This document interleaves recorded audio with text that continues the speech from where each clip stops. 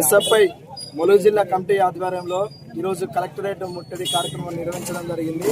ఈ కార్యక్రమం నిర్వహించడానికి ముఖ్య ఉద్దేశం ఏంటంటే, ప్రధానమైన డిమాండ్ ఏంటంటే ఫీజు రియంబర్స్మెంట్లు, స్కాలర్షిప్లు విడుదల కాక పేద మధ్య తరగతి బడుగు బలహీన వర్గాల నుంచి జిల్లా కేంద్రంలో ఎటునాగరం ప్రాంతంలో చదువుతున్న విద్యార్థులకు ఇప్పటి వరకు కూడా స్కాలర్షిప్లు విడుదల కాక విద్యార్థులు చదువుకు దూరం అవుతున్నారని ఈ సందర్భంగా ప్రభుత్వానికి మేము డిమాండ్ చేస్తున్నాం. అదేవిధంగా గురుకులాలలో వచ్చేసి సంక్షేమ గురుకులాలు అద్దె భవనాలకు తీసుకొని అదేవిధంగా గడుపుతున్నారు, కానీ నూతన భవనాలు లేనటువంటి పరిస్థితి ఉంది, మౌలిక సదుపాయాలు లేనటువంటి పరిస్థితి ఉంది.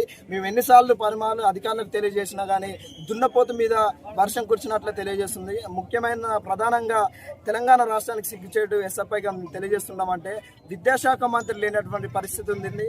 అదేవిధంగా విద్యార్థులకు మెస్ బిల్లులు విడుదల కాక పేద మధ్య తరగతి విద్యార్థులు సంక్షేమ హాస్టల్లో చదువుకుంటున్నారు. విద్యార్థులకు మెస్ ప్రకారంగా భోజనములు తినలేక మానసికంగా ఇబ్బంది పడుతున్నారు, పౌష్టికాహారం లేక బలహీన పడుతున్నారు.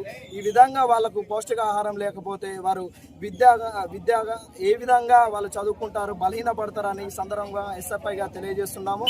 అదేవిధంగా జిల్లాలో ప్రధానమైన డిమాండ్ ఏంటంటే ఎస్ఎంహెచ్ హాస్టల్ ఏర్పాటు చేయాలని మేము ఎన్నిసార్లు తెలియజేసినా కానీ అధికారులు ఏ విధంగా స్పందించలేరు.